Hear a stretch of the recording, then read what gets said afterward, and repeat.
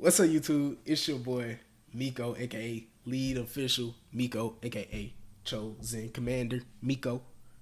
Welcome back to Controversial Calls, and today we're gonna be talking about one question from each NFL team. This time we're gonna be talking about the AFC West. Let's get into it.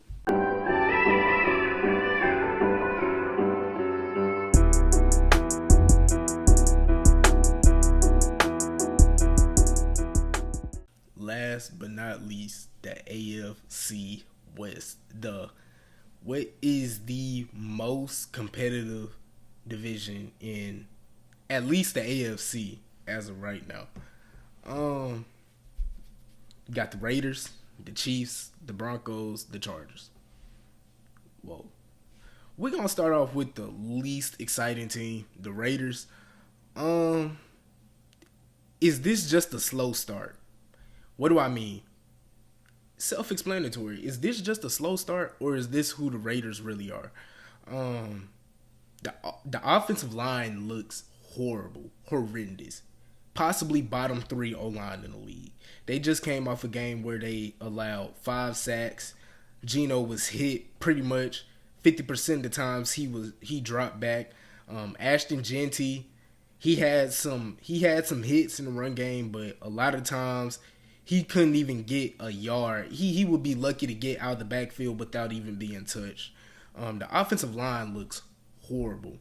Geno doesn't look comfortable behind that offensive line. We all saw that last Monday or 2 Mondays ago. Yeah, 2 Mondays ago. We all saw it. He looked horrible. He does not look comfortable behind that O-line.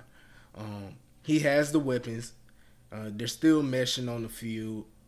Thornton is a rookie. Trey Tucker going into, I believe, his 3rd year. He's still a young guy. Got Jacoby on the outside. Brock Bowers manning down the tight end position. Ashton Genty at running back. He has the weapons. The offense just has to gel together. The most amount of points they've scored this year is 24 points, and a lot of those points came at garbage time. It was a 16-34 game against the Commanders. They scored a touchdown and a 2-point conversion in garbage time, which propelled the score to 24-41. The defense just isn't that good. They have Max Crosby. They have some pieces on defense. They have the safety tandem that's decent. Not going to knock you off your feet. Shouldn't put fear in no one. But it's a decent safety tandem. The cornerback room is not good. Majority of the team, we're going to see if this team goes anywhere, it's going to be because of the offense.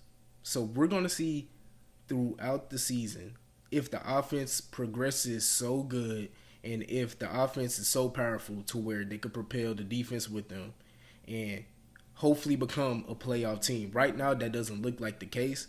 And that would be a disappointment considering the investments and the resources they put into this offseason. Going after Ashton Genty with the 1st round pick. Going to get Geno Smith. Going to get they had Coop. Now he retired. You can't control that. But my point is they put in a lot of resources to kind of not go all in this year, but definitely make themselves worth something this year. Not have their season end by the mid-October, beginning of November. But right now, with how both teams are playing, with how both sides of the ball is playing, and special teams too. The special teams did not look good this weekend. The way it's looking, this might be a short season for them.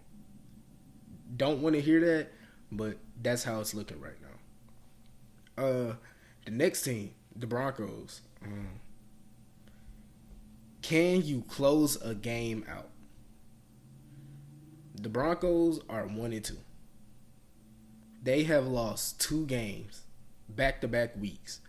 Heartbreakers, both off of walk-off field goal wins by the opposing team. Two teams in the AFC that are looking to push for a playoff spot, by the way. One was the Colts, who, they look like they're going to win their division. So it don't even really matter. But let's say the Broncos win the division, and let's say they have the same record, the Colts will have that tiebreaker over them. So that's how that plays a huge factor. But even then, they lost another one against the Chargers. If you do want to win the division, you have to beat the Chargers. You have to beat the Chiefs. You have to find a way to pull those games out. Last Sunday against the Chargers, it was a fight between two very good teams. The Chargers just found a way to win. That's what makes teams on this tier go to this tier.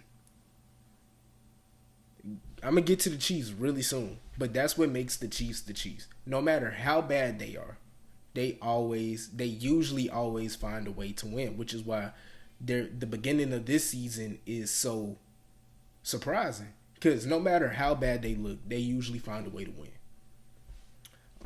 The Broncos, can you close a game out? I mean, it's that simple. Close a game out when you need it. Can the offense get down there and score what you need, a touchdown, a field goal? Can they just salt the game away with running the ball? Defense, can you get a stop? Can you stop a team from driving down the field and getting a game-winning field goal? Over the past 2 weeks, it hasn't looked like that. And those are the type of wins that will differentiate whether or not you are in the playoffs or if you're on the outside looking in. That simple. Next team, the Chiefs. Is it the end of an era? Is it the end of an era? Start off the season 1-2. If they would, let's say they played out of the 31 other teams, if they played 28 other teams Sunday night, out of the only 3 that they possibly could have beaten that Sunday night was the Saints, the Giants, and probably like the Jets or something. If they play any other 28 teams in the league, there's a good chance they are 0-3 right now. Because the game they put up against the Giants was sloppy. But they won. That's what they needed. It wasn't your traditional blowout get right game, but it was a get right game in its own sense. Is it the end of an era? Mahomes doesn't look like Mahomes, what we're accustomed to. Now, obviously, teams have been playing a lot of two deep shells. They've been taking away the deep ball. But even besides that, we've seen Mahomes take off way more than usual, especially in the first 2 weeks of the season. The passing game doesn't look fluid. The connection between him and Trav just doesn't look like it's there.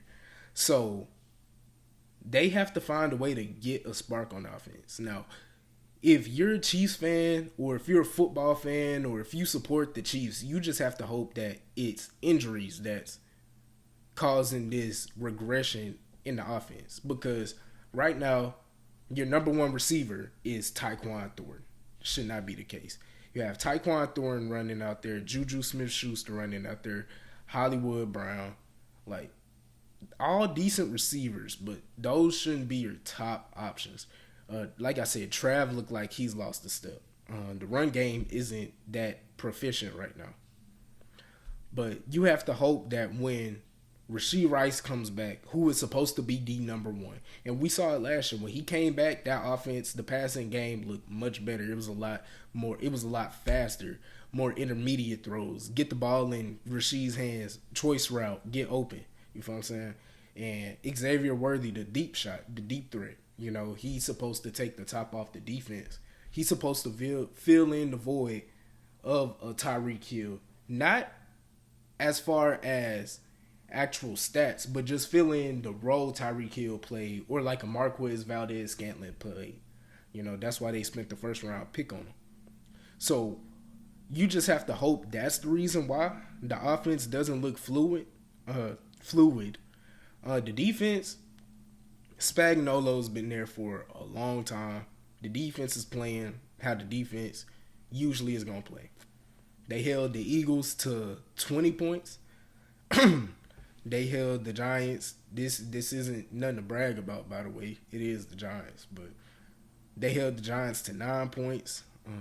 The defenses came out this season and they've played football the way they usually play football.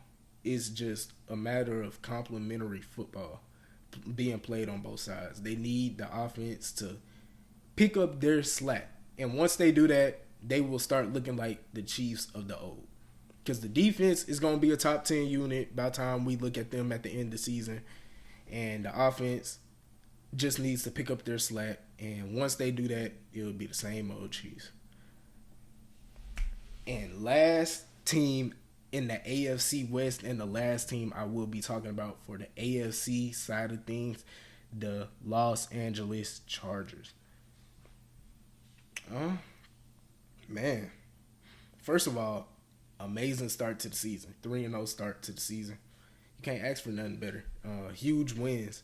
But my question to the Chargers is, I asked this about another team. I asked this about the Colts.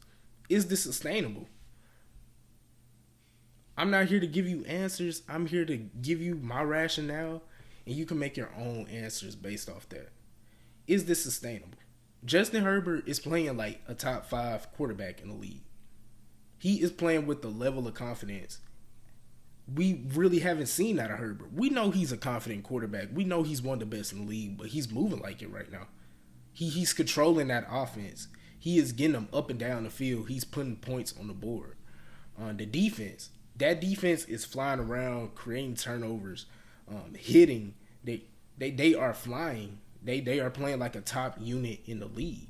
Can they keep up this complimentary football? Keenan Allen has reversed the clock back. He looks like, he don't look like the Keen of old, but he looks like he still can sauce you up and get a good 7 for 75 in the touchdown. You feel what I'm saying? He has reversed the clock. Quentin Johnston, the same guy that everyone gave up on after his rookie year. He had a case with the dropsies. Still does have a case with the dropsies. But he looks explosive. He looks like a force to be reckoned with right now. Can he keep it up throughout the year? When the run game gets more consistent, like, it's a lot of questions right now. So, is this sustainable? It can be, possibly. I mean, that Chargers defense, even last year they were playing good ball, but this year they playing a whole different brand of ball. They flying around, forcing turnovers, hitting you, getting after the quarterback, playing good in coverage, playing good in run defense. And the difference with the Chargers this year rather than the years before, they're not playing with their food this time around. They're actually, if you're inferior to the Chargers, you're getting blown out. Because that defense is putting their foot on your neck. And the offense isn't letting up. The Chargers of the old, the Chargers of last year, the Chargers of a couple years ago, they used to lag around. They used to be like, oh, well, we know Herbert is this, but the Chargers barely squeak out 20-17. This year, the way the brand of ball they're playing, the confidence they're playing with, you go into SoFi Stadium, lagging around, jogging around, playing around, you'll walk out with like 33 on your head and you'll walk out with 6 points on the scoreboard. Like, they are playing with a whole nother level of confidence. But that's my question. Can they keep it up? Only time will tell.